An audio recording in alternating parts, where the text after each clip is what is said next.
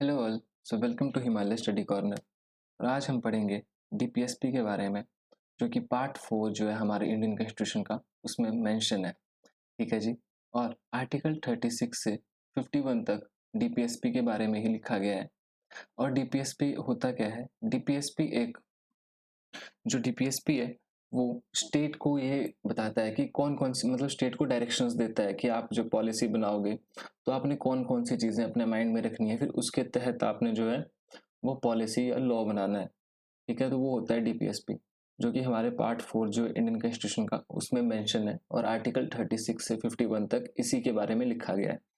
और जो ये आइडिया है डीपीएसपी का, ये हमने आयरिश कॉन्स्टिट्यूशन से लिया है। ठीक है जी। आपने ये चीज़ भी याद रखनी है कि जो डीपीएसपी है वो हमने कहाँ से लिए हैं, तो वो हमने आयरिश कॉन्स्टिट्यूशन से लिए हैं। तो अब पढ़ते हैं हम आर्टिकल 36 के बारे में। आर्टिकल 36 में लिखा है, according to article 36 the term state in part 4 has the same meaning as in part 3 dealing with the fundamental rights।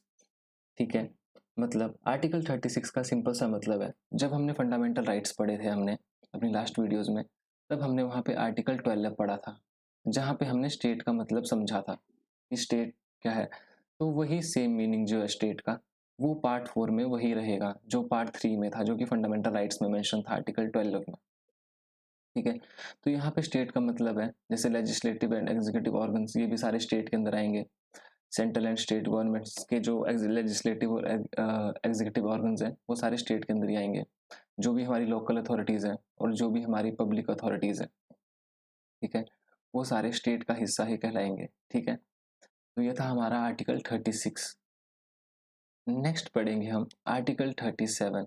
Article 37 काफ़ी इंपॉर्टेंट है और यही डिफ्रेंशिएट करता है फंडामेंटल राइट और डीपीएसपी को। क्योंकि हमने जो फंडामेंटल राइट्स पढ़े थे, तो हमने फंडामेंटल राइट्स के बारे में ये पढ़ा था कि अगर हमारा कोई फंडामेंटल राइट वायलेट हो कर दिया जाता है, या उसके साथ मतलब वायलेशन होती है आपकी किसी फंडामेंटल राइट की, तो आप डायरेक्ट कोर्ट को अप्रोच कर सकते हो।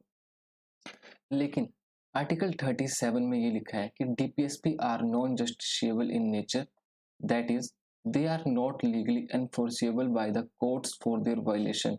मतलब अगर आर्टिकल 36 से 51 तक जो भी लिखा गया है, इनमें से किसी भी चीज़ की वायलेशन होती है, तो वहाँ पे आप कोर्ट को अप्रोच नहीं कर सकते हो, क्योंकि देखो ये नॉन जस्टिशिएबल है नेचर में। ठीक है, and they are not legally enforceable by the courts, अगर इनकी वायलेशन की जाती है तो।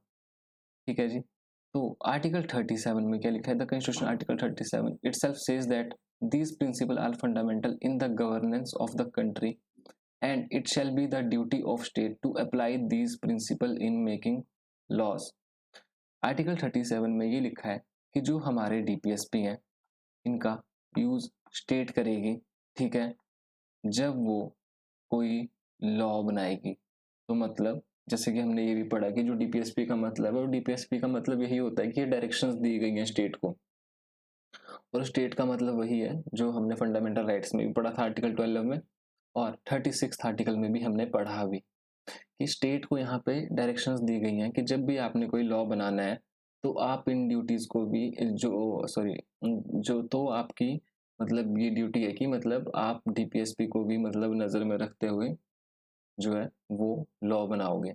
तो आर्टिकल 37 काफ़ी इंपॉर्टेंट आर्टिकल है, जहाँ से हमें ये पता चलता है कि अगर हमारे डीपीएसपी की वायलेशन की जाती है तो हम कोर्ट नहीं जा सकते हैं। और अगर स्टेट को कोई लॉ बनाना है तो वो डीपीएसपी को भी नज़र में रखेगा और इसके तहत लॉ बनाएगा।